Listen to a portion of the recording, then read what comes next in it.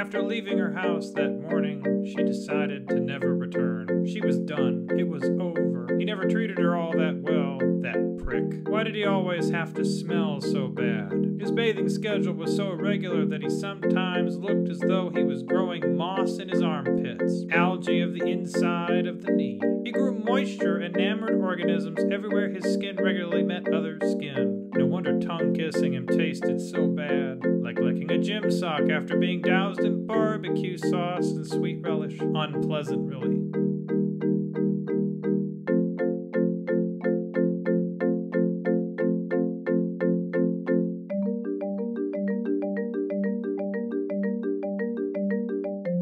He treated her like shit, acted as though he owned her. What a douche nozzle. How do you know when to leave a man, really a boy, after all that time? Why was I willing to put up with his abuse for so long? What kept me willing to live in that dump? We didn't have a marriage license. He never asked me to marry him. Would I have even said yes?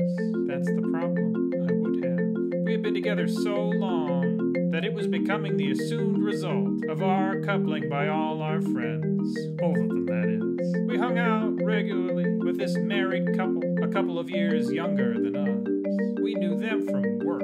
That is, my fuck of a boyfriend and I worked with the wife. She is awesome, doesn't scream or yell, is a cool customer, and always knows the perfect cutting remark for the customer who just left the store.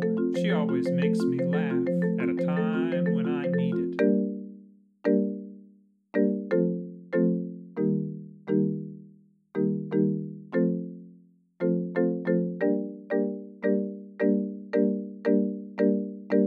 The husband's a good guy, not particularly interesting, but he seems to make her happy. He's one of those guys who is a person you never think about, but apparently in private is a wonderful person who is loving, funny, and kind. Way better than this fuck I'm leaving. He is unbearable all the time. He takes his unburdened honesty as a mark of moral achievement. He is willing to say mean things at any moment, if it occurs to him during conversation. He knows when to not say things, but chooses not to. Right, that kind of guy. Anyway, my life is way more interesting than this asshole that stole productive years of my existence, so I won't mention him again.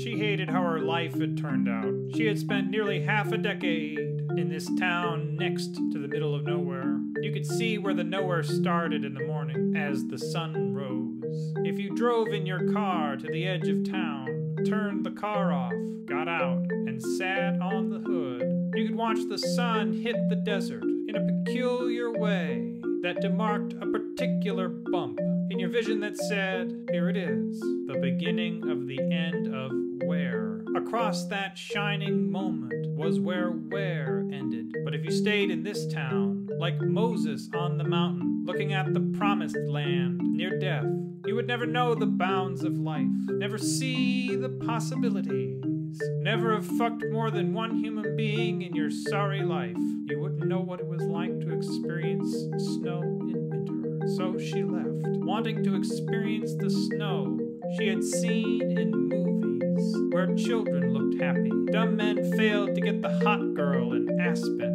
and where Santa struggled to get presents to believers around the world with the help of some grumpy non-believer turned saint. Her life began again that day, the day she went north into the middle of